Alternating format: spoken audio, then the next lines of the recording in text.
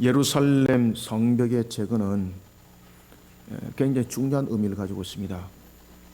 예루살렘 성벽은 신앙의 틀을 회복시키는 것과 동시에 자치권의 회복입니다. 제가 느헤미야 책에서도 그 내용들을 사실 써놨습니다. 왜 느헤미야는 자꾸 성벽을 재건하려고 그랬을까? 그 성벽 재건이 어떤 이유가 놓여져 있을까라는 부분에 대해서는 여러분들이 이 성경에 대해서 느헤미야에 관해서 그 시대 상황을 알지 못하면은 이해가 되지 않습니다. 그런데 이 성벽은 굉장히 중요한 의미를 가지고 있습니다. 제가 이제 고고학적 측면에서도 이 부분들을 연구를 하면서도 책을 많이 보고 고고학적 그 고대 근동에 대한 책들도 많이 봐오면서 왜 이 성벽을 허물었을까? 그리고 왜 사마리아에는 성이 허물어지지 않았는데 왜 예루살렘은 허물어졌을까? 사마리아는 총독이 있는데 왜 예루살렘은 총독이 없을까? 이런 부분들을 고고학적 측면에서 찾아가기 시작했습니다. 그런데 이런 부분에서 명확한 답이 없었고 공백이 그냥 딱 생겼을 뿐입니다. 그 공백이 뭔가 하면은 예루살렘 성벽이 아하수리에 의해서 무너졌다라는 사실이죠. 그리고 총독을 세우지 않았다는 겁니다. 그런데 사마리아는 총독이 있었고 그리고 사마리아 성이 그대로 존재해 있었습니다. 그 당시에 페르시아가 나라를 다스릴 때에 자치권들이 형성이 되었었습니다. 지역적 형성. 그런데 아마 스룹바벨이 총독으로 있으면서 그 당시에 이 사마리아 지역을 중심으로 이루었던 이 세력들이 정치적 고립 상태를 예루살렘을 만들었던 것 같아요.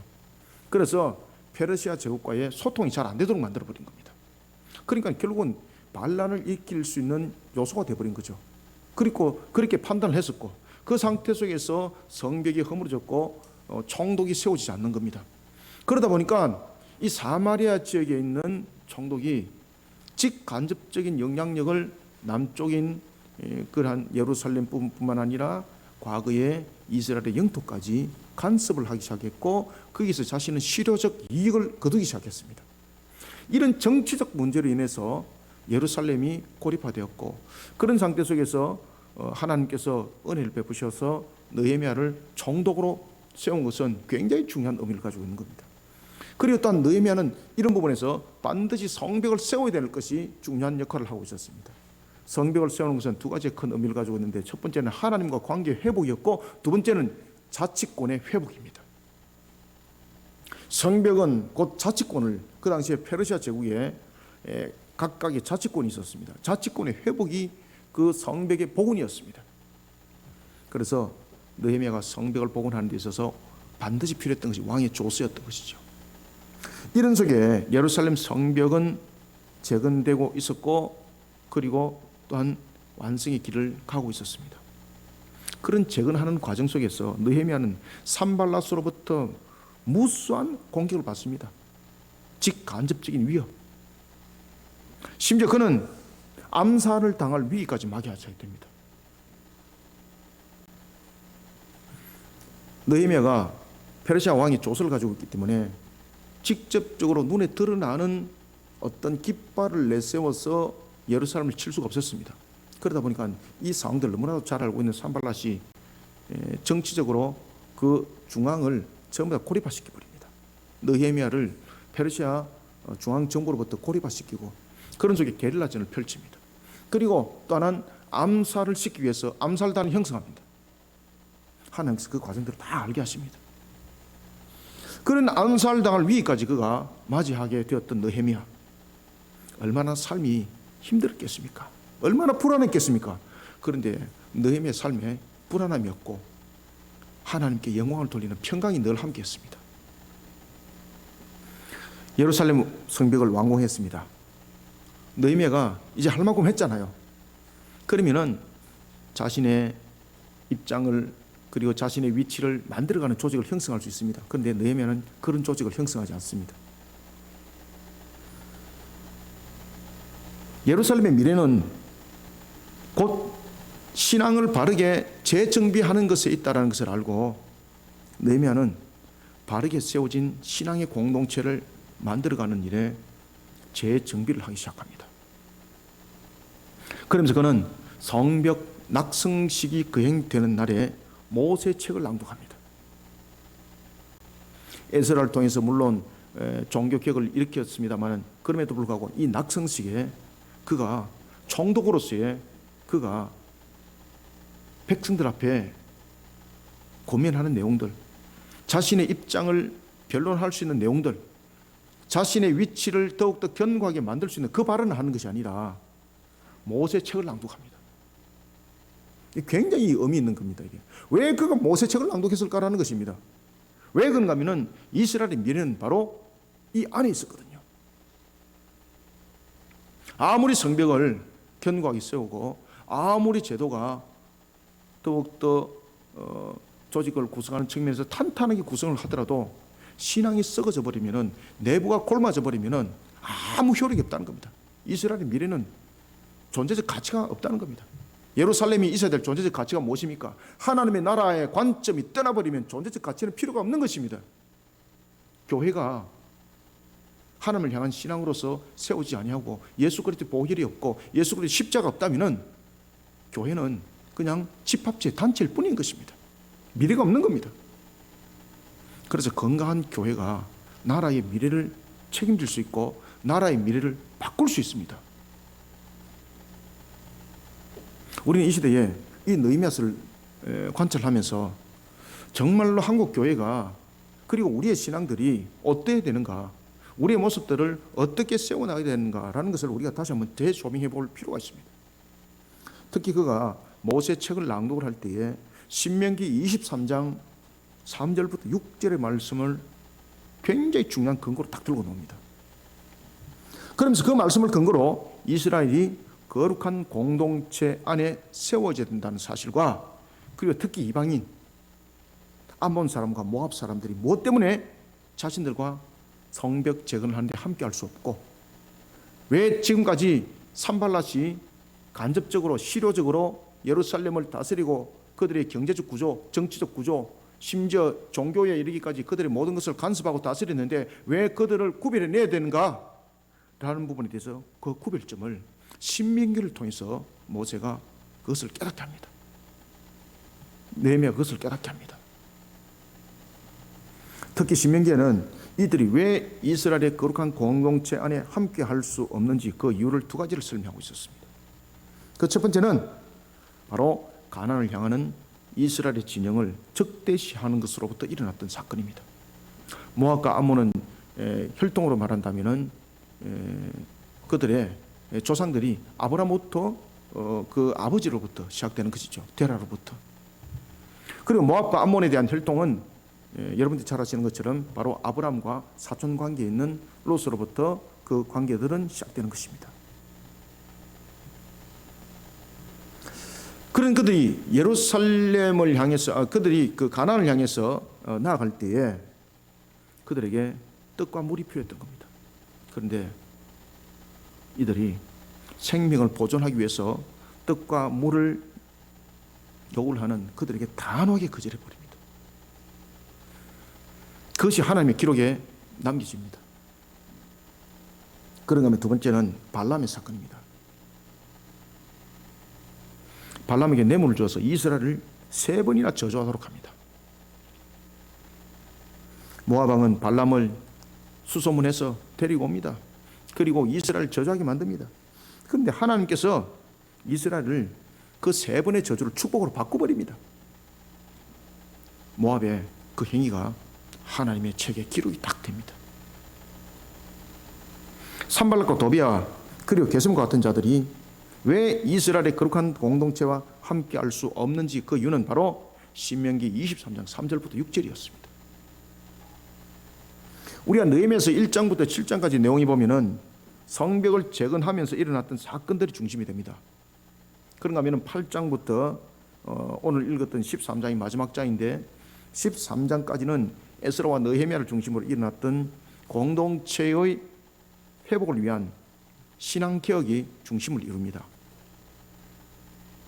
특히 13장은 지금까지 에스라와 느헤미야의 그런 종교개혁들이 주도적으로 일어나고 있는데, 그럼에도 불구하고 이 이스라엘 백성들이 얼마 지나지 않아서 다시 신앙의 격길로 가는 것을 봅니다. 거기에 누가 영향력을 많이 끼쳤을까요? 바로 모압과 암몬 사람들이었습니다. 산발랏을 중심으로 일어났던 바로 그 실효적 지배를 하고 있던 그들의 세력들이 늘 내부와 교통을 하고 있었습니다. 왜 그런가 하면 그들은 느헤미야가 오기 전까지 정치, 심지어 군사, 경제, 종교적 부분에 대해서 그들의 다스림 속에 있었거든요. 그리고 그들의 다스림 속에서 서로 간에 내통을 하면서 이익을 가지고 그 속에서 먹고 사는 사람들이, 조직들이 또한 있었던 것이죠. 이런 속에 신앙의 정체성들이 잃어버리고 개혁을 일으킬 때도 개혁을 일으키는 그 순간뿐이고 또 조금 지나고 나면은 또다시 마치 구덩이에 빠진 것처럼 그런 모습들이 되었던 것입니다. 우리가 오늘도 본문의 내용들을 보면서 또한 에베소서 2장 1절의 말씀을 우리가 또한 상고해야 될 것은 우리의 재성은요, 죄로 물들어 있는 우리의 모습들, 우리는 그런 세상 가운데 우리는 살아가고 있습니다. 이런 모습 속에서 비록 하나님께서 마귀에게 공주의 권세를 잠정적으로 허용을 하셨습니다. 그리고 이 잠정적 허용적 작정 속에서 베드로전서 5장 8절의 말씀에 보면은 마귀는 우는 사자처럼 자신이 삼킬 자를 두루 찾는다 했습니다. 이런 상태 속에서 종교 개혁은 한 번만에 일어나지 않습니다. 인간의 죄성은 늘 하나님의 거룩함을 받아들이기보다는 마귀에 물들은 상태 속에서 자신의 육신이 원하는 바를 쫓아갈 수 있는 그 요구사항들이 먼저 앞서거든요.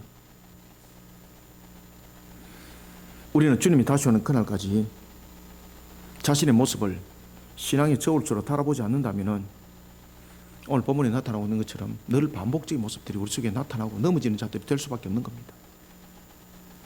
분명히 느헤미야에 강력한 종교개혁이 일어났고 에스라를 통해서 그들을 또한 말씀으로 일깨웠습니다. 그런데 이것이 잠깐 지나고 난 뒤에는 또 똑같이 또 그들이 다람쥐 쳇바퀴 돌듯이 또다시 죄악된 상태 속에 돌아오더라는 것입니다. 느헤미야도 아마 지칠만 했을 것입니다. 그런데 느헤미야가 지치지 않는 것은 그가 그 한 사건을 통해서 모든 것은 이루어질 것이라는 것이 아니라 하나님께 주신 사명 사역 속에 지속성을 가지지 못하면 언제든지 물들 수밖에 없다는 것은 그는 알고 있었기 때문에 계속해서 그가 개혁 그리고 계속해서 말씀으로 그 본인의 모습들을 되돌려 놓는 것입니다. 우리가 성경에 보면은 잠시 후에 이제 보겠습니다만 성경에 보면은 종교 개혁을 일으켰던 선진들이 굉장히 많습니다. 그런데 이들의 개혁은 지속성을 가지지 못했습니다. 그러니까 느헤미야의 개혁은 이들과 개혁이 달랐던 것은 지속성을 가집니다. 느헤미야가 그것을 알았던 거죠. 예루살렘에 여전히 존재하고 있는 산발랏을 비롯한 도비야와 게셈의 그 하부 조직들, 그들과 결탁해서 경제적 이익을 노리고 있는 자들, 경제적 이익을 누릴 뿐만 아니라 정치적 입지도 세워가고 있던 그들은 사실은 느헤미야가 사라지기를 원하고 있습니다. 왜 그런가 하면 느헤미야가 있음으로 인해서 자신들의 경제적 손실에 타격을 입히게 되었고, 그리고 또한 정치적 부분에서 자신들의 입지가 서지 않으니까 느헤미야가 차라리 사라지고 산발랏이 그 점처럼 그냥 다스리는 것이 그들에게 유익함이 된다라고 봤던 그 지도적 계층들이 있었던 것입니다. 느헤미야가 그것을 지키하는 거죠. 그러니 느헤미야 종교개혁이 계속해서 반복적으로 또 일어나고 또 그들을 다시 한 번 더 바르게 세우고, 이런 속에 오늘 본문에 등장하고 있는 바로 모세의 책이 굉장히 중요한 역할을 하게 되는 겁니다. 우리는 주님이 오시는 그날까지 느헤미야가 지속성을 가지고 종교개혁을 일으켰던 것처럼 우리 또한 우리의 모습 속에 신앙이 저울추가 되어야 됩니다. 그리고 신앙의 저울추를 달아보지 않으면 안 된다는 사실입니다. 이러한 속에 우리는 주님이 이 땅에 다시 오실 그날까지 우리의 신앙을 어떻게 보존하고 어떻게 다루게 될 것인가 라는 부분에 대해서 우리가 세 가지를 보겠습니다. 먼저 1절을 한번 읽습니다. 시작. 그날에 모세의 책을 낭독하여 백성에게 들렸는데 그 책에 기록하기를 암몬 사람과 모압 사람은 영원히 하나님의 총에 들어오지 못하리니. 아멘. 자, 여기에서 여러분들 중요하게 다뤄야 될 것은 뭔가 하면 모세의 책을 낭독했는데 그 속에 보면은 모압과 암몬 사람이 총에 들어오지 못한다는 것이 새겨져 있습니다. 그 원인은 어디에 있는가? 혈통에 있는가? 아니면 그 원인은 어디 있는가? 우리는 이런 부분들을 우리가 점검하면서 제일 먼저 첫 번째, 주님이 오시는 그날까지 우리의 신앙들은 어떤 상태를 유지해야 되는가? 우리는 예루살렘의 상황들을 바라보면서 그 당시에 예루살렘의 특성으로 보시면 안 됩니다. 그 당시에 일어났던 개혁이 계속해서 반복적으로 일어날 수밖에 없는 것은 우리에게 무엇을 말해주고 있는가라는 것입니다. 그것은 지금의 이 시대도 동일하게 그런 모습들이 나타나고 있습니다, 여러분들. 그래서 교회는, 그리고 성도들은 신앙의 지속성을 가지고 있지 않으면 안 됩니다. 우리가 1517년 10월 31일 종교개혁이 일어났습니다. 그때의 그 종교개혁이 일어난 그 종교개혁으로 인해서 하나님의 말씀의 근본으로 바로 서야 된다라는 그런 모습 속에 교회는 존재하기 시작했습니다. 그러면서 그 존재가 지금의 교회 형질들입니다. 그런데 그런 과정 속에서 16세기, 17세기에 신앙 고백서가 제일 많이 등장합니다. 아주 많이 등장합니다. 그런데 그렇게 등장하는 과정 속에서 또한 이단들 세력들과 잘못된 신앙들이, 그리고 신학이 함께 우후죽순처럼 또한 생겨나기 시작합니다.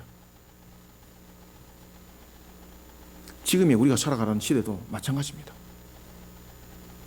우리는 제일 먼저 첫 번째 1절을 통해서 주님이 다시 오실 그날까지 영적으로 건강함을 유지해야 됩니다. 영적으로 건강함을 유지하기 위해서는 신앙의 개혁이 단회성으로 끝나서는 안 됩니다. 1517년 10월 31일 날 종교개혁이 있었더라, 그것을 기념하는 것으로 끝나면 안 됩니다, 여러분들. 우리는 느헤미야를 통해서 그것을 직시하셔야 됩니다. 그래서 느헤미야는요, 정치적뿐만 아니라 경제적 구조, 그리고 또한 우리의 신앙들의 모습 속에서 오는 종말을 어떻게 준비해야 되는가라는 부분을 종합적으로 다루고 있는 책이 느헤미야입니다. 그래서 느헤미야는 단순하게 리더십을 통해서 바라봐야 될 내용이 아닙니다. 종합적 측면에서 굉장히 중요한 내용들을 다루고 있는 것이 느헤미야입니다. 우리가 종말에 어떻게 우리가 전투를 형성해야 되는가, 우리가 어떻게 영적 전투를 치러야 되는가, 요한계시록에 나타나고 있는, 우리에게 나타나고 있는 아마겟돈에 대한 문제, 나팔 재앙에 대한 문제, 인에 대한 재앙에 대한 문제, 이런 부분에 대해서 우리는 어떻게 접근해야 되는가, 느헤미야가 답을 주고 있습니다. 제일 먼저 그러한 영적 전쟁을 치르기 위해서는 영적으로 건강한 모습이 되어야 됩니다. 그런데 영적 건강한 모습은 우리들의 속성으로서는 영적 건강이 만들어지지 않습니다. 날마다 우리를 어디에 놓게 되겠습니까? 그렇지, 주님의 신앙 안에 놓게 됩니다. 아시겠습니까? 그래서 우리가 첫 번째는 주님이 다시 오실 그날까지 영적으로 건강함을 유지하기 위해서 신앙의 개혁이 단회성이 아니라 역동성을 가져야 되고 지속성을 가져야 됩니다. 이 역동성과 지속성이 끊임없이 나타나야 됩니다. 역동성과 지속성이 끊임없이 개혁시켜 나가는 신앙의 자세를 가져야 됩니다. 그래서 1517년 10월 30일 날 종교개혁이 일어났습니다. 이거 기념하고 끝나면 안 됩니다. 종교개혁 500주년, 510주년, 520주년 이 기념으로 기억한다고 여러분 끝나는 것이 아닙니다. 우리는 날마다 기억돼야 됩니다. 느헤미야가 여러분들 1장부터 13장까지 보십시오. 그가 했던 일들에 보면은 마치 그의 모습이 하늘에 있는 주님이 내려오신 것 같습니다. 느헤미야가 지금 개혁을 지금 일으키고 있는데 지속성을 가지고 지금 계속해서 반복적으로 하고 있거든요. 우리가 여러분 반복적으로 어떤 일들을 하다 보면 열받잖아요. 이 정도 했으면은 이것도 모르냐? 짐승도 그 정도 가르쳤으면 된다. 이런 말 하잖아요. 이 정도 했으면 돌들도 깨어나서 사람이 되었을 것이다. 이런 말을 하지 않습니까? 느헤미야는 그것을 알고 있는 거죠. 인간이 가지고 있는 죄 속성, 그 다음에 산발락과 도비아라는 이런 세력들, 악한 세력들이 있음으로 인해서 이스라엘이라는 예루살렘의 하나님의 나라 공동체를 건강하게 만들기 위해서는 어떻게 해야 되는가? 제도만 만든다고 되는 것이 아니라는 것을 그는 알고 있었습니다. 철저한 제도와 개혁을 일으키면서 그는요, 지속성을 가지고 종교개혁을 일으킵니다. 지속성 가지고. 이번에는 모세의 책을 낭독합니다. 여러분, 아무리 뛰어난 믿음의 선진이라도 신앙의 기억을 일으킨 그들을 돌이켜 보면은 그들의 효력은 순간적이었고 그리고 단회성으로 대부분 다 끝났습니다. 그것이 문제였습니다. 항상. 우리가 여러분 종교개혁을 한번 봅시다. 야곱의 종교개혁, 그죠? 야곱도 종교개혁을 일으켰죠. 디나의 사건 터졌을 때에 모세의 종교개혁도 있습니다. 사무엘의 종교개혁. 여러분 사무엘의 종교개혁의 대표적인 것들이 어디에서 일어났습니까? 미스바에서, 그죠? 아사의 종교개혁. 아사는 특히 자기 할머니를 폐위시킵니다.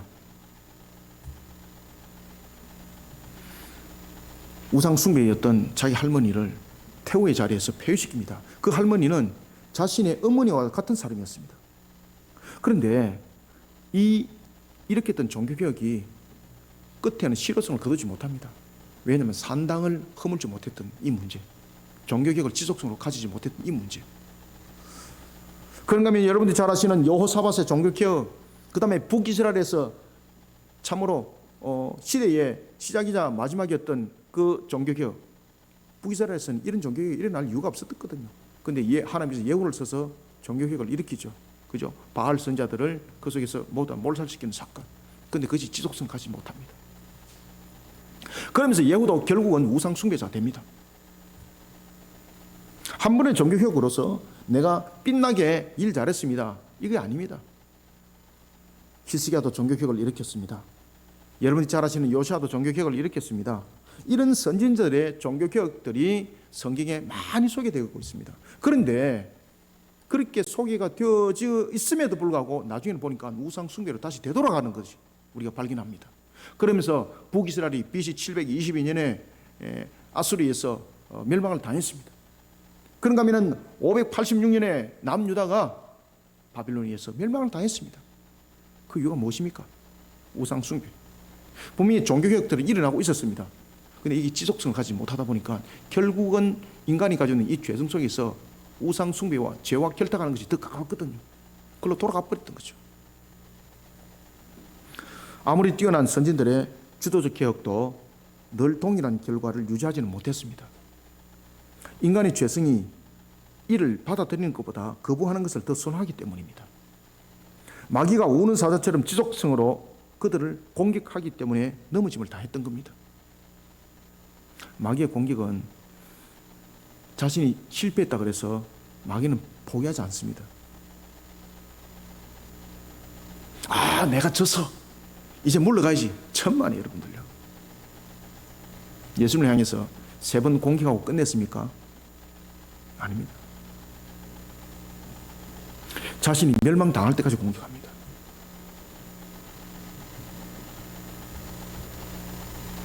에스라와 느헤미야에 의한 종교개혁이 있었습니다. 그렇지만 이 또한 그 효력이 미결 상태였습니다. 진행형으로 이어져 가고 있었습니다. 오늘 본문에 보면은 느헤미야에 의해서 일어나고 있던 연속적인 종교개혁의 과정을 지금 설명하고 있습니다. 산발락과 도비아와 같은 대적들의 집요한 공격 앞에 지속적으로 지금 종교개혁을 단행하고 있습니다. 그럼에도 불구하고 느헤미야 13장 4절, 제가 읽었던 3절 이하에 보면은 여전히 이들이 결탁하고 있는 것이 있습니다. 자신의 유익을 추구하기 위해서 내부에 산발락과 도비아와 함께 결탁하고 있는 세력이 있었습니다. 심지어 제사장이 그곳에 있습니다.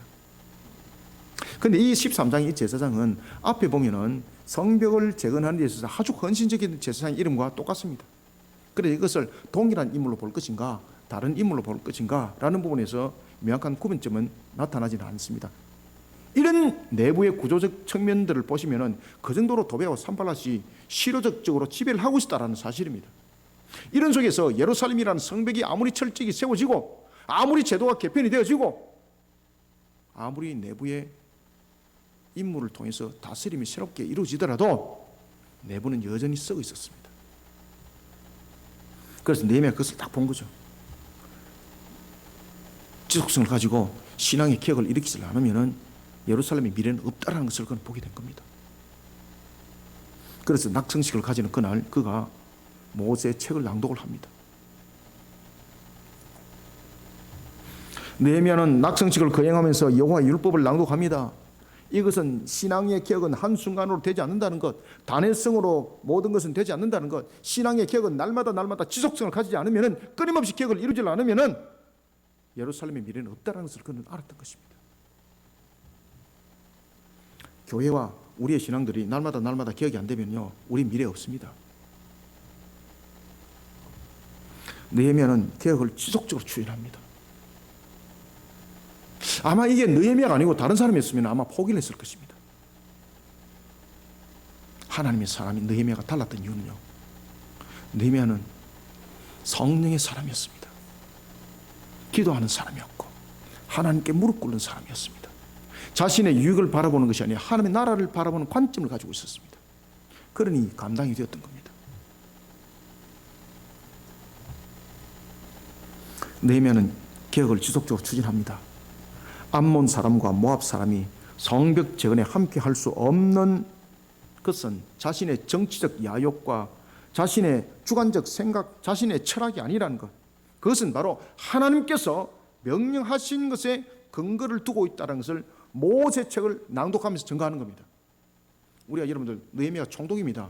그러면은 이제는 자치권을 형성한 부분에서 자신이 자치권을 가지고 다스리는 자가 되는 겁니다. 그런 측면에서 성벽이 이제 완성이 되었으면은 산발락과 구별해내는 측면에서 자신은 정치적 부분으로 독립해야 되고 군사적으로 독립해야 되고 경제적으로 종교적으로 전부 다 독립해야 되는 건 맞습니다. 그때에 자신은 그 모든 위치에 있어서 다스리는 자가 되는 겁니다. 그러면 그 중심은 느헤미야가 되는 겁니다. 그죠? 그 속에 자신의 정치적 철학이 있고 자신의 사상적 사고가 있는 겁니다. 자신의 통치에 대한 그러한 방향들이 있는 겁니다. 이런 쪽의 구별점을 사실 가져야 되는 것 아니겠습니까? 그런데 느헤미야는 그런 쪽의 구별점을 가지지 않습니다. 모세는 낙성지를 가지면서 모세책을 낭독합니다. 공동체 안에 율법의 가르침대로 신앙이 세워지도록 그는 개혁을 일으키고 있습니다. 법 제도화를 만들어서 강화시키는 것이 아니라 자신의 오른팔 왼팔을 만들어서 조직 강화를 만드는 것이 아니라 또다시 종교개혁을 일으킵니다. 왜 그런가 하면 아무리 법과 제도가 강화되어도 여전히 외부와 결탁하고 있는 도비아와 산발락과 도비아와 같은 게셈과 같은 그런 세력들과 내통을 하고 있는 그런 속에서 내부 구조 속에서 이익을 창출하는 자들이 여전히 존재했거든요. 썩은 이 부패한 조직들이. 그런 상태에서 여러분 아무리 조직을 개편해 보십시오. 이 조직이 건강해지겠는가? 여전히 썩은 조직이 여전히 또아리를 털고 그 문제들을 가지고 산발락과 내통을 할 것이고 도비아와 내통을 할 것이고 게셈과 거래를 할 것입니다. 이들과 신앙적 부분에서 구별을 내야 되는데 도비아와 산발락과 게셈과 함께하면 안 되는 이유를 그가 모세 율법을 통해서 하나님의 나라의 관점 속에서 그것을 깨달아 알게 합니다. 왜 우리는 산발락과 도비아와 게셈과 함께하면 안 되는가? 그것은 바로 하나님께서 명함이었다는 것입니다. 그들은 하나님께 두 가지로 기억됐다는 겁니다. 자신의 조상이었던 이스라엘이 가나안을 향해서 나아갈 때 떡과 물을 거부를 함으로써 그들에게 생명의 위협을 줬고, 그런가 하면 또한 모압 왕은 발람을 초청하여서 뇌물을 주면서 이스라엘 3번이나 저주하도록 만들어. 이스라엘이 그들에게 창이라도 하나 던졌나요? 이스라엘이 그들 향해서 돌멩이라도 하나 던졌나요? 그들에게 적대시한 행동은 아무것도 없었습니다. 그런데 이스라엘의 씨를 말리려고 했던 그들의 모습은 바로 마귀에 속한 행위였던 것입니다. 그것이 하나님 기록이 그대로 남았던 것입니다. 이런 마귀의 행각이 지금도 그대로 일어나고 있으니 이들이 이스라엘이라는 이런 예루살렘의 터 위에 또아리를 터고 있다는 것은 결국은 껍데기는 예루살렘이고 껍데기는 이스라엘이지만은 그 실체는 마귀의 집단이 된다는 것을 느헤미야는 깨달았던 겁니다. 하나님께서 알게 했던 겁니다. 그러니 느헤미야가 우리가 산발락과 함께 하지 말아야 될 이유가 있다. 도비아와 함께 하지 말아야 될 이유가 있다. 게셈과 왜 함께 하지 말아야 되는가 하면은 바로 이와 같이 마귀의 세력들이 우리를 껍데기만을 하나님 나라로 만들어 놓고 우리의 전부 다 실체는 마귀에게 전부 다 바치게 만든다. 그러니 그들과 우리가 분리되지 않으면 우리는 미래 없다. 아시겠습니까? 미래 없다. 껍데기만 교회가 되면 안 됩니다. 미래 없습니다. 그러니 한국 교회가 대한민국에 영향이 없는 거죠.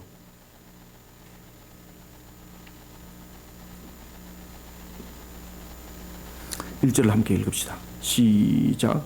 그날에 모세의 책을 낭독하여 백성에게 들렸는데 그 책에 기록하기를 암몬 사람과 모압 사람은 영원히 하나님의 총에 들어오지 못하리니. 아멘. 느헤미야 개혁은 어떤 내용을 제시하는 것으로 마치는 행정적 절차 처리가 아니었습니다. 입만 앞세우는 개혁이 아니었습니다. 그는 끊임없는 개혁을 통해서 하나님의 말씀을 흘려보냈습니다. 흐르는 물이 썩지 않습니다. 신앙도 마찬가지입니다. 신앙도 날마다 말씀을 바탕으로 기억하지 않으면 신앙이 곰팡이 핍니다. 날마다 말씀으로 개혁시키지 않으면 십자가 보혈로서 우리의 신앙을 다시 재점검하고 우리의 모습들을 닦아내지 않으면 썩은 문드러집니다. 썩어서 능력을 발하지 못하는 그냥 신앙, 형체만 있는 신앙, 미라가 되는 겁니다. 그냥 표고만 되는 신앙이 되는 겁니다. 그 신앙은 살아서 움직여야 됩니다. 여러분 아시겠습니까? 살아서 움직여야만이 그것을 신앙이라고 말하는 겁니다. 말씀을 흘려보내는 개혁이 아니고 자기 생각과 감정을 앞세운 것은 개혁이 아니고 아집입니다. 아집. 그것이 무슨 개혁입니까? 자기 생각과 자기 고집인데 착각하는 바로 개악인 것입니다. 개혁이 아니고. 우리는 느헤미야처럼 하나님의 말씀을 통하지 않는 개혁은 개악이라는 사실을 우리는 깨달으셔야 됩니다. 주님이 다시 오실 그날까지 영적으로 우리가 건강함을 유지하기 위해서는 신앙의 개혁이 일어나야 됩니다. 자기 생각이 아니라 하나님의 말씀을 흘려보내서 개혁이 되어야 됩니다. 그런데 이게 단회성으로 되면 안 됩니다.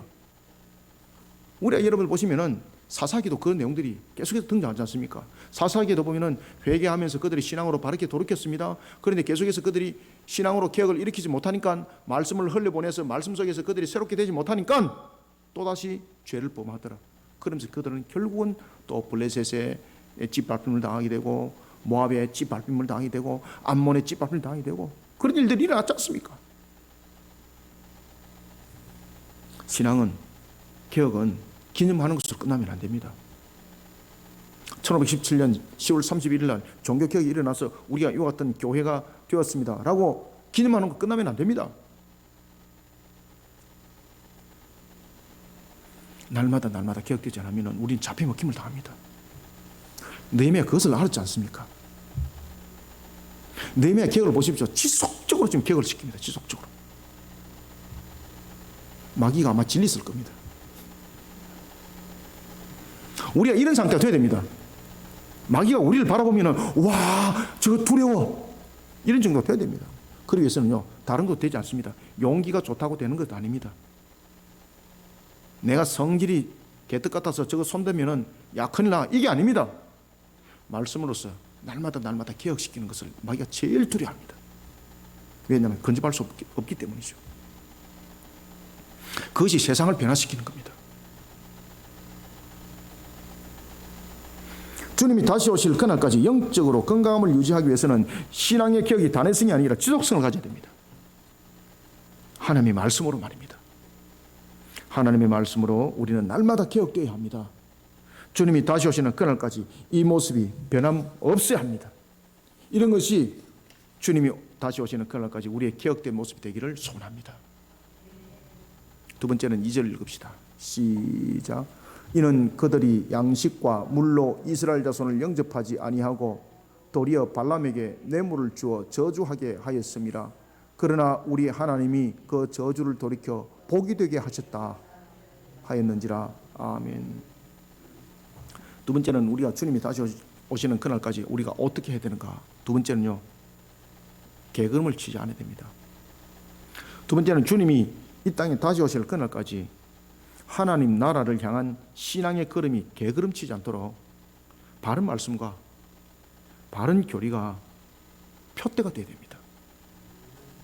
바른 말씀과 바른 교리가 표대가 되어서 신앙을 정로로 이끌어가야 됩니다. 우리가 구슬이 스마리아도 제가 이제 느헤미야서 제1군에 이제 그 말을 딱 하나 써놨습니다. 구슬이 스마리아도 뼈에 뽑힙니다. 신앙을 우리가 만들어 가야 됩니다. 신앙을 만들어 가기 위해서는 어떻게 되는가 하면은 말씀과 교리와 삶이 함께 삼박자를 이루어야 됩니다. 앞에 구설이 많이 있습니다. 성경을 많이 압니다. 성경을 아무리 많이 알아도 이걸 교리로 이것을 꿰내지 못하면은 보화가 안 됩니다. 목걸이가 안 됩니다. 아시겠습니까? 아무리 성경을 많이 아는 사람들 물어보십시오. 그들의 신앙의 어떤 한 부분에서 탁 찔러버리면은, 이단들이 탁 찔러버리면 교리적 측면에서 딱 태클 걸고 들어가면 아무 말도 못 하잖아요. 말씀을 근거로 바탕으로 하고 있는 바른 교리 속에 말씀이 이렇게 실로서 끼워져야만이 목걸이가 됩니다. 아시겠습니까? 그러면서 그것이 신앙의 삶으로 나타나는 완성된 신앙이라 말하는 겁니다. 거룩한 신앙의 공동체와 신앙을 바르게 보존하는 것은 수련과 같은 인위적인 발상으로 되는 것 아닙니다.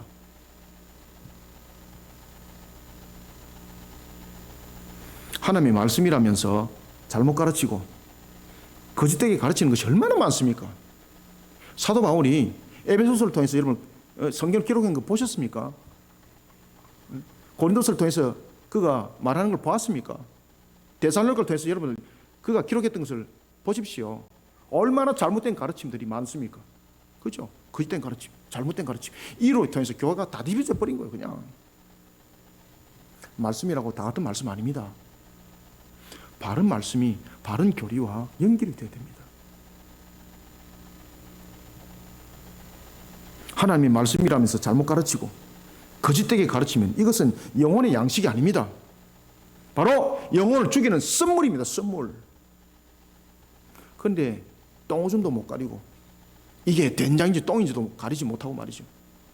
그냥 아무거나 그냥 잡아먹고 그리고 엉뚱한 소리 하고 앉아가 있고, 그건 이단보다도 더 못한 거예요. 그건.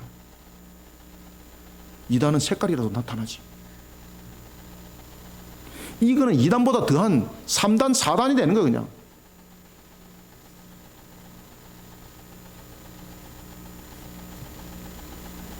그래서 이사야서 28장 7절에 우리에게 중요한 말씀을 주고 있습니다.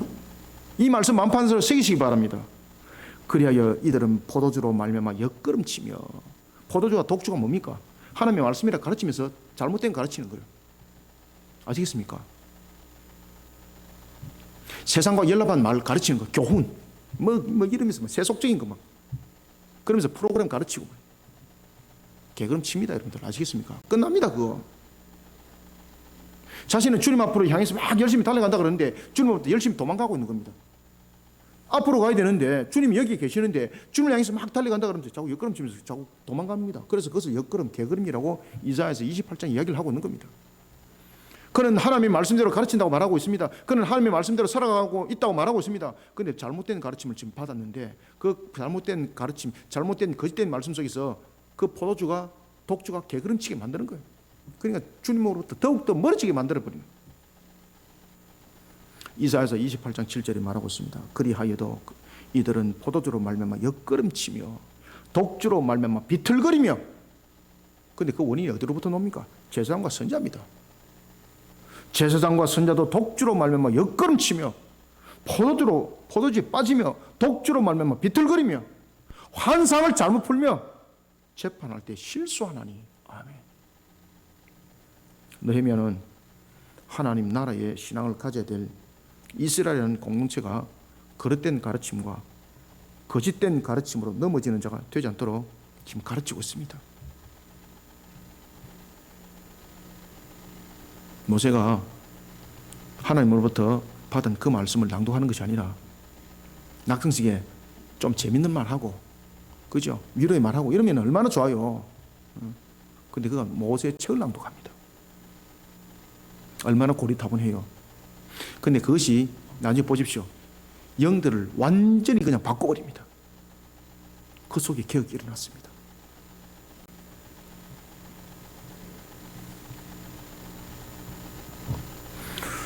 그는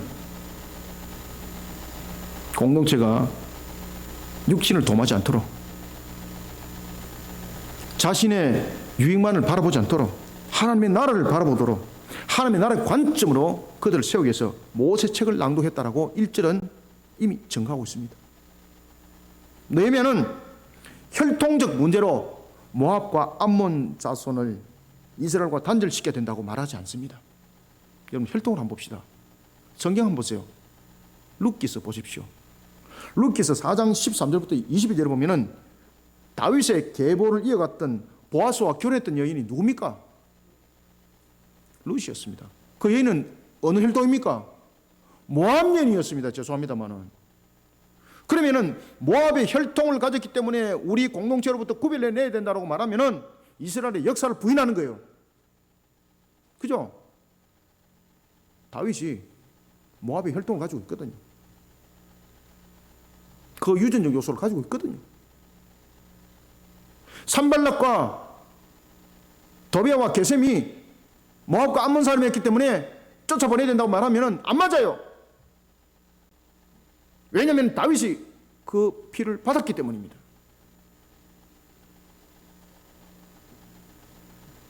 지금 게셈과 그리고 도비아와 산발랏을 그들로부터 구별해내야 되는 것은 뭔가 하면 바로 신앙적 문제라는 겁니다. 신앙적 문제.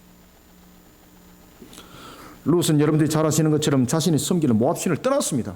그런데 오늘 본문에 보면은 산발락과 도비아와 게셈은요, 자신들이 가지고 있는 사마리아 종교를 이스라엘 안에 심어놓습니다. 그러니까 껍데기는 예루살렘이고 껍데기는 하나님의 나라인데 안에는 마귀의 나라가 되어 있는 겁니다. 용납되지 않는 거죠. 그러니 그들을 빼내야 되는 거예요. 룻은 모압신을 떠났습니다. 그리고 여호와 하나님을 섬기는 신앙으로 자신을 드렸던 여인입니다. 그 여인이 이스라엘이라는 공동체의 중요한 위치에 차지하고 있습니다. 느헤미야가 모압과 암몬에 대해서 말할 때에 창세기 19장 36절부터 38절을 증거하면서 롯의 두 딸이 그를 통해서 낳았던 자녀의 출산에 문제가 되기 때문에 단절해야 된다고 말하지 않습니다. 출산의 문제가 아닙니다. 혈통이 지금 문제가 아닙니다. 신명기 23장 3절부터 6절의 말씀을 가지고 하는 것이 지금 방금 여러분들이 읽었던 2절의 말씀입니다. 이 말씀이 바로 신명기에 나타나는 내용입니다. 23장 3절부터 6절의 말씀을 요약한 겁니다. 이게 신명기 23장 3절부터 6절의 말씀에 따르면은 신앙으로 하나님을 대적했던 자들, 그 모압, 그 암몬을 말하고 있는 겁니다. 우상 숭배자들, 하나님을 향한 신앙을 저주 가운데로 몰고 갔던 자들, 그들과는 절대 함께하면 안 된다는 겁니다. 발람을 매수하여서 이스라엘을 3번이나 저주하도록 했습니다. 그렇지만 하나님께서는 그런 발람의 입을 통해서 저주가 아니라 축복의 문을 열게 만들었던 거예요. 이런 모압과 암몬 사람의 사상과 신앙이 중심을 이루고 있는 산발락과 도비아 세력은 신명기 23장 3절부터 6절을 닮은 모습을 하고 있었습니다. 사마리아 지역의 종교를 예루살렘에 심겨놓고 자신들을 따르도록 이끌어가고 유도했던 자들입니다. 하나님을 대적하는 자들이죠. 하나님을 향한 신앙을 개그름치게 만드는 자들이죠. 그러니까 빼내야 되는 거예요. 이런 자들과 신앙의 결탁을 이룬다는 것은 하나님의 나라를 포기하는 겁니다. 이스라엘 공동체는 결코 이것을 용납해서는 안 되는 겁니다. 그러니까 개혁을 일으키는 겁니다. 여전히 그들과 함께 결탁하고 있으니까. 2절을 다시 한번 읽읍시다. 시작. 이는 그들이 양식과 물로 이스라엘 자손을 영접하지 아니하고 도리어 발람에게 뇌물을 주어 저주하게 하였음이라. 그러나 우리 하나님이 그 저주를 돌이켜 복이 되게 하셨다 하였는지라. 아멘.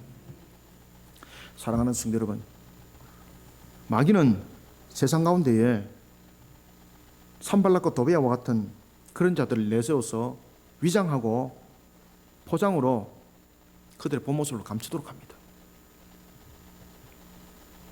그들 분명히 속으로는 암몬과 모압인데 겉으로는 사회에 유익을 끼치고 이익을 주고, 그죠? 그런 존재로 딱 만들어 놓는 거예요. 속은 무엇이라고요? 속은 모압과 암몬이에요. 하나님 대적하는 자들. 껍데기까지 그런 모습을 나타나게 되면은 안 되잖아요. 정치가 드러나기 때문에. 그래서 속은 분명히 모압과 암몬인데 하나님을 대적하는 모습이고 그런 자들인데 겉은 사회적으로 유익을 주게 만들고 없어서는 안 될 존재처럼 이렇게 위장을 해놓습니다. 그러면서 영향력 끼치게 만듭니다. 그러면서 그런 자들 통해서 우리로 하여금 신앙이 개걸음치도록 만듭니다. 그런 영향력에 의해서 교회 안에 들어오게 되고, 그리고 또한 사회적 영향력을 끼치면서 교회가 그러면 되냐, 그냥 너무 일방적으로 그렇게 하지 말고 그냥 다른 종교들하고 잘 같이 지내라, 뭐 신앙 뭐 그냥 마음으로 믿으면 되지 뭐 꼭 교회 갈 필요 있나, 요새 뭐 인터넷 좋잖아, 말하고 교회가 교통도 복잡한데 주차장도 없는데 그냥 인터넷으로 들여 동일해, 뭐 이런 부분들에 접근을 하면서 우리가 하나님 떠나게 만듭니다. 영향력이 있죠. 영향력이 있는 자들이 그렇게 한다니까요. 저와 여러분들처럼 영향력 없는 자들은 아무리 떠들어봐야 사람들이 안 믿습니다. 근데 영향이 있는 자들은 다릅니다. 속은 모압과 암몬입니다. 그런데 겉은 세상을 향해서 유익을 끼치는 자들로 포장을 딱 해버립니다. 그런 자들의 말 한마디가 얼마나 영향력이 있습니까? 그런 자들이 교회 안에 들어와서 영향을 끼치게 만들고 세상 밖에서도 영향을 끼치게 만듭니다. 그러면서 교회를 흔들어버립니다. 우리의 신앙을 흔들어버립니다. 느헤미야가 그것을 다 알고 있었던 거죠. 하나님께서 알게 하셨던 거죠. 그래서 느헤미야가 완전히 깨트려버리는 겁니다.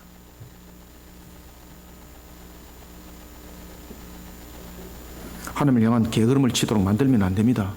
정신 차리지 않으면은 이런 방식으로 우리는 마귀에게 삼킴을 당합니다, 여러분들.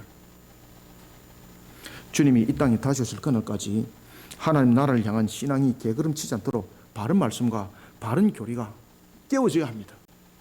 그래서 우리가 교리 공부를 여러분들 열심히 하셔야 됩니다. 그래서 여러분들이 이 창조 목적과 그리스도의 사역이라는 책을 반드시 여러분 구입하셔가지고 모든 교회들이 이 책을 가지고 공부를 하셔야 됩니다. 성자 하나님이 왜 이 땅에 오셨는가? 성자 하나님이 왜 예수로 오셨는가? 성자 하나님이 왜 그리스도로 오셨는가? 여기에 대해서 이 책은 우리에게 가르쳐주고 있습니다.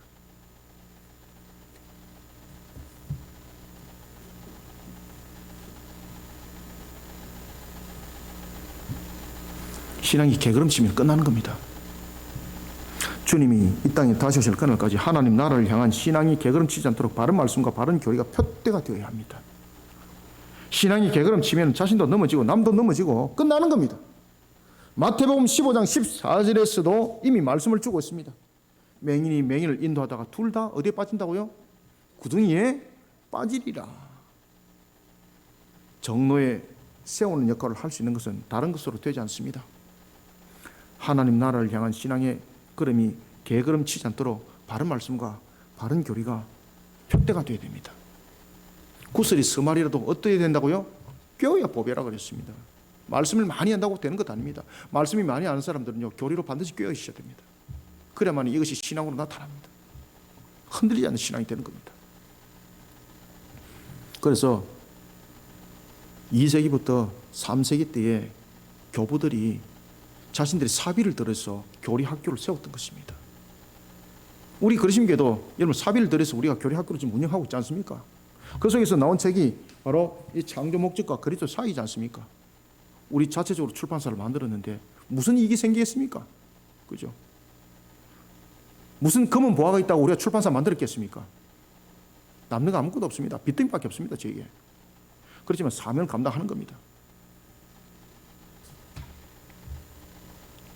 맹인이 맹인을 인도할 수 없습니다. 바른 말씀과 바른 교리로 깨어내지 못하면 우리는 넘어짐을 당합니다. 꿀 발린 말에 속지 마시길 바랍니다. 말씀과 교리입니다. 하나님 나라를 향한 신앙이 게으름치지 않도록 바른 말씀과 바른 교리가 표대가 되어서 신앙을 정로로 이끌어가는 우리의 모습, 우리의 신앙이 되기를 소망합니다.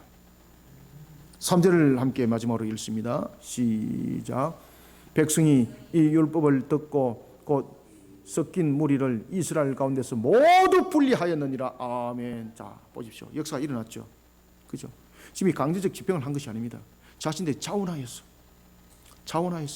그 무리들 가운데서 그런 무리들이 섞여 있었던 것이죠.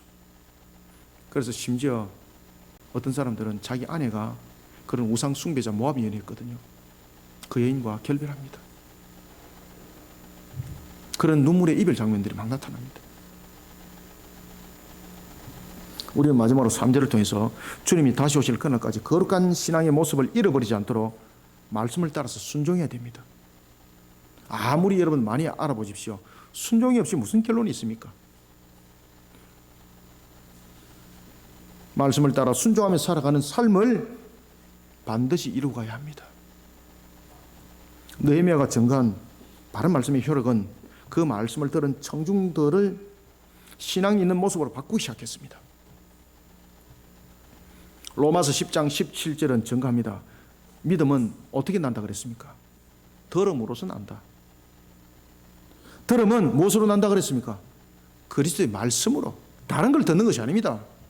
그리스도의 말씀으로 말미암아라고 말하고 있습니다. 모압과 암몬 사람들이 거룩한 공동체에 들어올 수 없는 것은 혈통의 문제가 아니었습니다. 감정에 대한 문제가 아니었습니다. 자신의 기득권에 대한 확보를 하기 위해서 기존적으로 있던 세력을 쫓아내기 위해서 아니었습니다. 하나님을 향한 신앙을 대적하기 때문입니다. 하나님을 향한 신앙을 대적하고 불신앙을 야기시키는 우상 숭배자들을 거룩한 회중 안에서, 그리고 거룩한 회중 안에서 구별해낼 뿐만 아니라 들어오지 못하도록 하는 것입니다. 이것이 바로 예루살렘의 미래였던 겁니다. 하나님께서 이스라엘을 축복했지 않습니까? 그 축복을 누리기 위해서는 이런 구별점들을 반드시 가져야 되는 것입니다. 신앙의 결단이 있어야 합니다. 신앙의 결단도 없이 썩은 것들과 늘 함께하고 있으면서 주께서 나를 왜 복되게 아니하시나, 자기를 돌아보시면 됩니다. 욕심은 가득 차가 있고, 주께서 나를 왜 복되게 아니하시나 이러면서 동계산하고 앉아가 있고 건물 몇 층짜리 살까 그것만 생각하고 앉아가 있고, 우리는 여러분 그런 욕심을 내려놓아야 합니다. 우리는 하나님의 나라를 봐야 됩니다. 그 속에 주님께서 일으키는 그 방법은 세상이 감당할 수 없는 강력한 역사가 일어나는 것입니다. 우리의 행복은 물질적 충족 속에서 내 마음을 채우는 곳 속에서 찾으시면 안 됩니다. 주님의 뜻을 이루는 것 속에서 내 행복을 찾으시길 바랍니다. 이것이 2세기의 속사도 교부의 신앙의 관점이기도 했습니다. 제가 이제 이그나티우스를 연구를 하면서 7번째 이제 마지막을 쓰는데 행복에 관해서 씁니다. 지금 이제 그 논문을 이제 쓰고 있습니다. 제가 11월 달에 이제 발표할 내용이거든요. 우리의 신앙의 관점들은, 우리들의 행복의 관점들은 주님 안에서 들어오는 신앙입니다. 하나님을 향한 신앙을 대적하고 불신앙을 야기시키는 우상 숭배자들은 어떤 모습들로도 함께 결탁해서는 안 됩니다.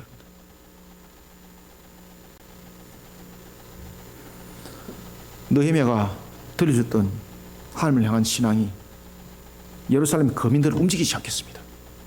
반응들이 나타나기 시작했습니다. 거룩한 공동체 안에 신앙의 악영향을 끼치는 이방인들을 즉각 추출하기 시작했습니다. 느헤미야가 예루살렘의 총독으로 오기까지 산발랏의 영향력이 지배적이었습니다.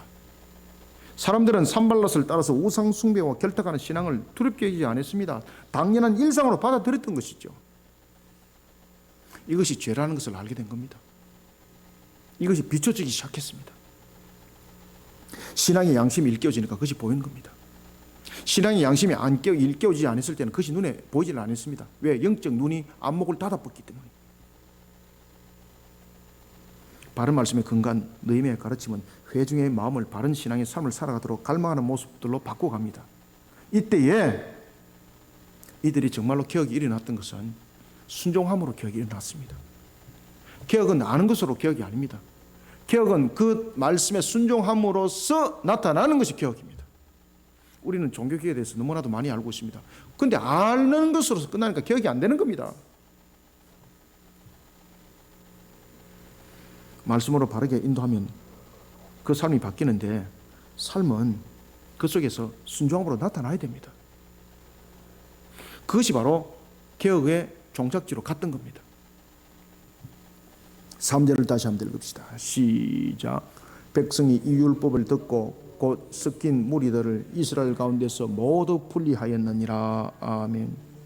말씀이 믿음으로 나타나기까지 순종하는 자세가 매우 중요합니다. 아브라함을 보십시오. 믿음의 조상이라고 했습니다.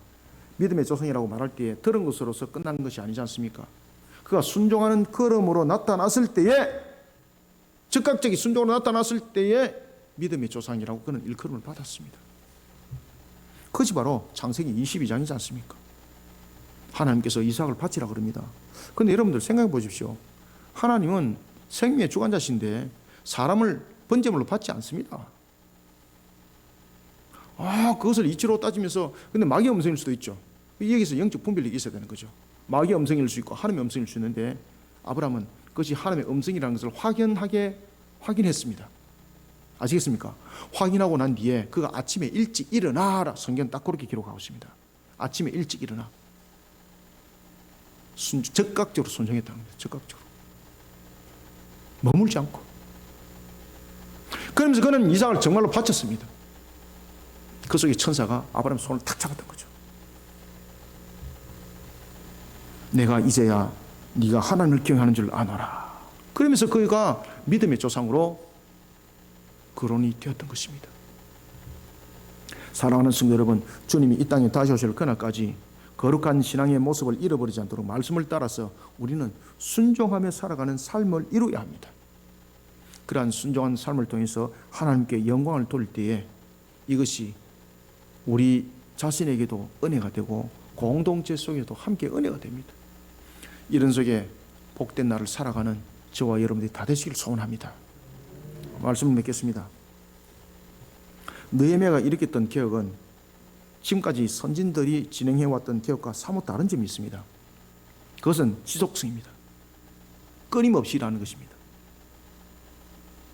열왕기상 15장 11절 이하에 따르면 아사왕은 우상숭배였던, 앞에도 제가 말씀드렸던 것처럼 우상숭배였던 종교개혁을 일으켰습니다.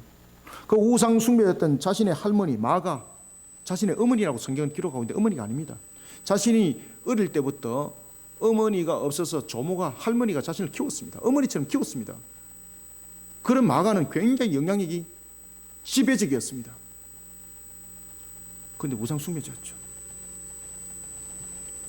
아사가 종교개혁을 단행하면서 어머니와 같은 할머니 마가의 그 위를 폐위시켜버립니다. 태우의 위를 폐위시켜버립니다. 상상을 초월한 일들을 한 거예요. 그런데 성경은 이렇게 말합니다. 산당은 없애지 못했습니다. 그러면서 이게 결국은 종교개혁이 지속성을 가지지 못하고 결국은 자신이 제단의 죄를 범하게 됩니다. 우시아도 마찬가지입니다. 그가 여러분이 잘 아시는 것처럼 몸에 문둥병으로서 발병되어서 결국은 마지막이 그렇게 정리되지 않습니까? 그 모습 속에서 동일하게 나타났던 점들이 뭔가 하면은 종교개혁을 처음에 일으킬 때는 참으로 하나님으로부터 귀하게 쓰임받았습니다. 그런데 결국은 그런 개혁 속에 빠지지 않고 인본주의 속에 빠지면서 그도 함께 우상결탁자가 되었고 하나님의 제단의 욕됨을 행하는 자가 되어버렸어요. 그러니까 그 죄값으로 그가 하나님께서 몸을 쳐버린 거예요. 결국은 그 일로 인해서 전부 다 무너짐을 당했습니다. 주님이 다시 오실 그날까지 개혁은 바른 말씀과 바른 교리가 함께 짝을 이루어야만이 됩니다. 그리고 지속성을 반드시 가지셔야 됩니다. 그래서 우리의 개혁은 날마다의 개혁입니다. 날마다의 개혁. 시간 날 때마다, 행사 때마다 개혁이 아니라 날마다의 개혁입니다. 그렇게 해야 신앙이 잘못된 길을 걸어가지 않습니다. 개걸음치지 않습니다. 독주를 마시고 포도주에 취한 잘못된 말씀의 가르침 속에 영혼이 타락한 춤을 추고 비틀거리게 됩니다. 날마다 바른 말씀과 바른 교리로 우리 기억하지 않으면 안 됩니다. 여러분 아시겠습니까? 사이트에 들어가서 누구 유명한 사람이 있습니다. 참 좋은 말 합디다. 그 시간에 성경을 읽으시고 교리 공부하십시오.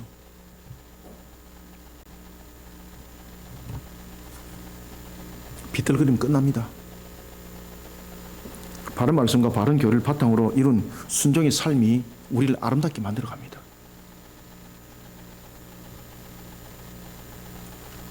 제가 여러분들에게 이렇게 말씀드리는 것은 어떤 교본적 측면, 교육적 측면, 책에 나와 있는 교과서적 측면에서 그 내용을 말하고 있는 것도 아닙니다. 제가 살아왔던 과정을 지금 말씀드리는 겁니다. 주님이 다시 오시는 그날까지 이 말씀을 명심하시길 바랍니다. 날마다 개혁 안 하면은 넘어집니다. 저도 수없이 넘어졌습니다. 아시겠습니까? 여러분들 볼 때는 미끄만 거 걷고 멀쩡한 거 걷는데 안 그렇습니다. 많이 넘어져 봤습니다. 날마다 나를 기억시키지 못하면요, 음란한 것들이 순식간에 그냥 달라듭니다. 탐욕이 순식간에 달라듭니다. 아시겠습니까? 말도 못하는 어리석음이 우리를 순식간에 잡아먹어버립니다. 날마다 개혁시켜 나가지 않으면 흔들림을 당합니다. 독주에 취하고 포도주에 취합니다. 개걸음 칩니다. 오늘도 우리의 모습들이 개걸음 치지 않도록 오늘 주신 말씀을 마음반 속에 생기면서 날마다 신앙을 개혁해 나가는 우리 모두가 되기를 주님의 이름으로 축원합니다. 하나님 감사합니다. 주께서 오늘도 우리에게 베푸시는 은혜의 말씀, 꼴의 양식, 생명의 양식을 주시니 감사합니다. 느헤미야를 통해서 우리에게 날마다 개혁되어야 될 이유와 근거를 또한 알게 하신 하나님, 우리의 날마다 개혁이 우리의 생각이 아니라, 우리의 사상이 아니라, 지식이 아니라 하나님의 말씀, 바른 말씀과 바른 교리를 순종하는 속에 우리가 실천하는 삶을 살아가는 것이오매, 오늘도 이러한 신앙 속에 우리의 근본들이 온전히 바로 세워져서 새하늘과 새 땅을 향해서 힘있게 달려가는 교회 성도들이 되게 하여 주옵소서. 우리 거리심 교회 가운데 하나님께서 바티스의 사역을 이루게 하셨사오니 이 사역이 어찌 인간적 관점 속에서 이 일들이 진행되겠습니까? 우리가 죽도록 충성하기 위해서 엎드렸습니다. 그리고 또한 내년에는 바티스 TV를 통해서 우리가 교리를 가르치고 또한 성경을 가르쳐 나가는 속에 우리의 삶들을 함께 조미해보는 그러한 내용들을 구성을 하고자 합니다. 이 모든 것도 은혜 가운데 진행되어지게 도와주시옵고 이 모든 것이 하나님의 영광이 되게 하여 주옵소서. 혹이나 인간적 욕심이 있다면 멈춰지게 하여 주시고 혹이나 인간적 계획이 있다면 그 속에 모든 것은 하나님의 뜻으로 만들어지게 하여 주옵소서. 오늘도 하늘의 문을 열어주시고 주신 말씀이 우리를 녹여 인격이 되게 하여 주시며 주신 말씀이 우리의 생명수가 되게 역사하여 주옵소서.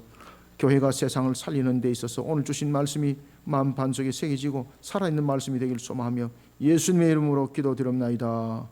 아멘.